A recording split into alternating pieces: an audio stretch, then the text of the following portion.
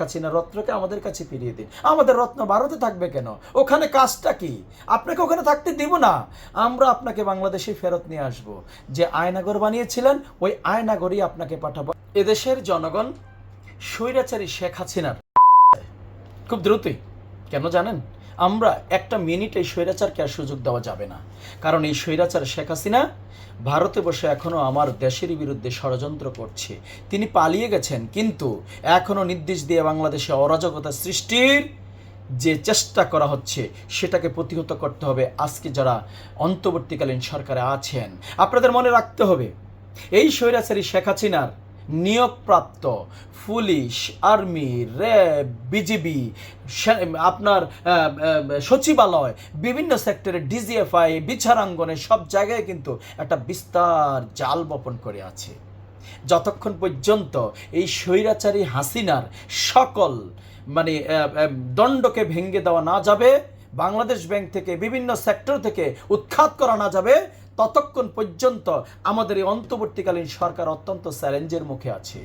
আপনারা নিশ্চয়ই দেখেছেন, একটা জুডিশিয়ালি ক্রু করার চেষ্টা করেছিল ওই অসভ্যরা, ওই স্বৈরাচারী দোসরদের বিচারপতিরা। এইরকম বাংলাদেশের প্রত্যেকটা সেক্টর কিন্তু ঘাপটি মেরে আছে এই স্বৈরাচারী দোসররা।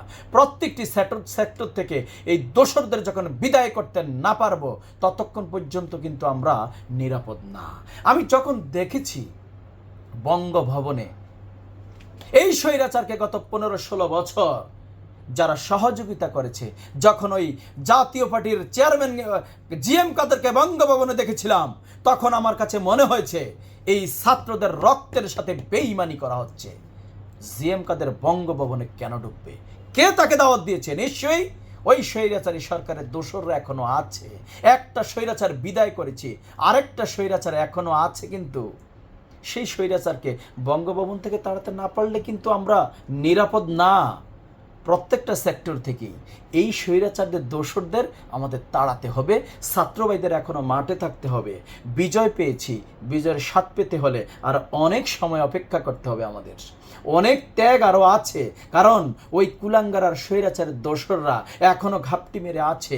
নিশ্চয়ই আপনারা দেখেছেন গোপালগঞ্জে আপনাদের প্রধানমন্ত্রীকে তো কেউ তাড়িয়ে দেয়নি, তিনি চলে গেছেন। লজ্জা হয় না আপনাদের?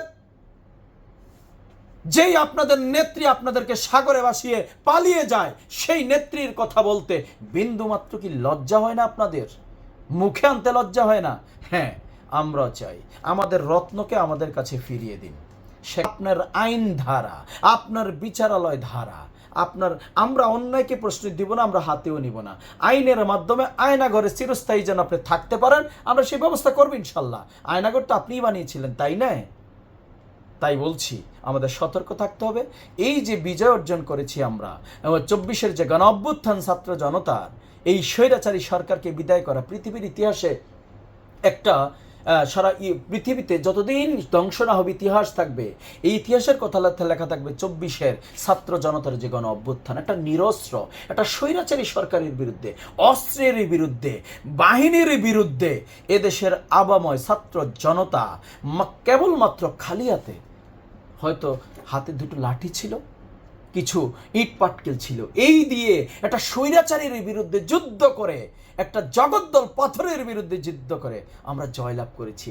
এটা সারা পৃথিবীতে ইতিহাস হয়ে থাকবে, বাংলাদেশ যতদিন থাকবে ইতিহাস হয়ে থাকবে। তাই কোনো কুচক্রী মহল যেন নৎসাৎ করতে না পারে আমাদের এই বিজয়। সেজন্য এই স্বৈরাচারের দোসরদেরকে সকল অঙ্গ থেকে রাষ্ট্রের এখনই বিতাড়িত করে একটা সুন্দর পরিচ্ছন্ন বাংলাদেশ গড়ার জন্য আমাদের অনেক সংগ্রাম বাকি আছে।